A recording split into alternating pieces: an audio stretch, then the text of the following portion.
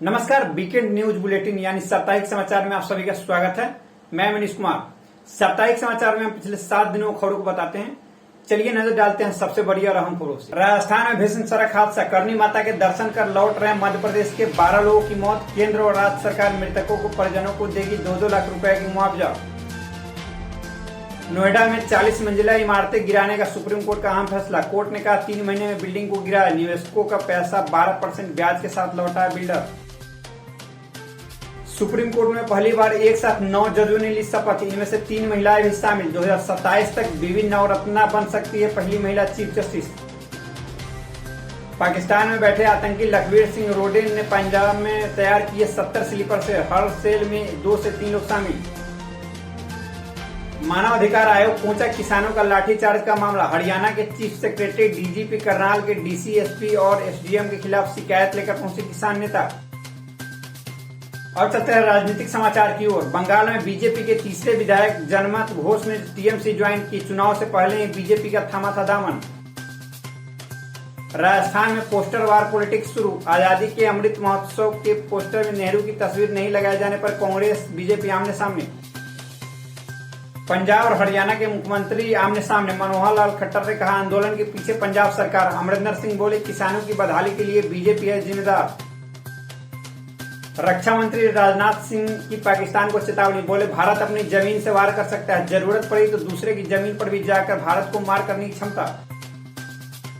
हरियाणा में किसानों की महापंचायत। करनाल में लाठीचार्ज के विरोध में जुटे किसानों का सरकार को अल्टीमेटम। 7 सितंबर से पहले पुलिस प्रशासन पर एक्शन लेने को कहा।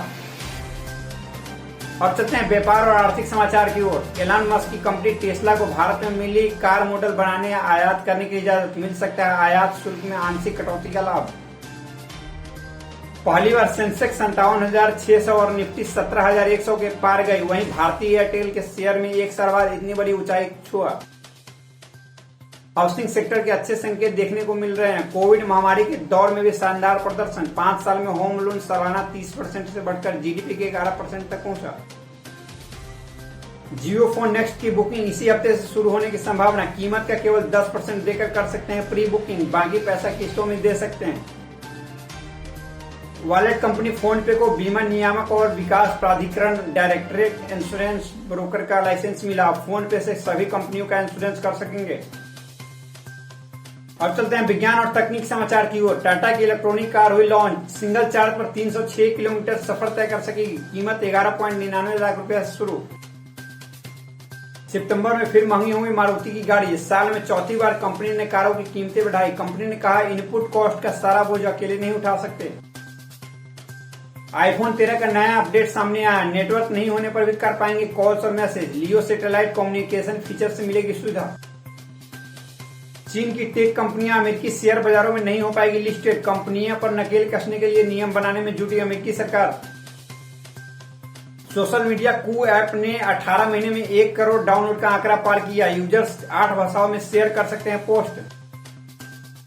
और चलते हैं अंतर्राष्ट्रीय समाचार की ओर। अफगानिस्तान छोड़ते ही काबुल एयरपोर्ट पे रखे 73 एयरक्राफ्ट को खराब कर गई अमेरिकी सेना। सेना के बड़े अधिकारी ने कहा कभी उड़ नहीं पाएंगे। फ्रांस की राजधानी पेरिस में सड़क हादसे कम करने की सराहनीय पहल। अब सड़कों पर 60 के बजाय 30 किलोमीटर प्रति घंटे की रफ्तार से दौड़ेगी वाहन। दोहा में शुरू हुई भारत सरकार और तालिबान के बीच पहली औपचारिक बातचीत। भारतीय राजदूत से मिले तालिबानी नेता शेर मोहम्मद।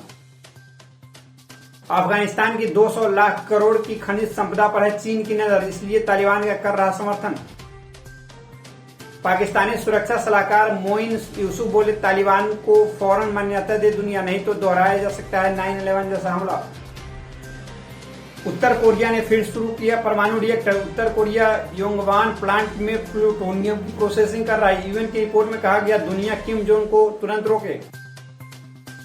अब चलते हैं खेल समाचार की ओर। टोक्यो पैरालंपिक्स में भारत के नाम अब तक 10 मेडल। जेवलिन थ्रो में सुमित अंतिल ने गोल्ड मेडल जीते। वहीं भारतीय पटेल टेबल टेनिस में कांस्य पदक जीती। दक्षिण अफ्रीका के क्रिकेटर डेल स्टेन ने किया संन्यास का ऐलान। फिटनेस को लेकर काफी समय से थे परेशान। उनका सर्वाधिक 429 टेस्ट विकेट।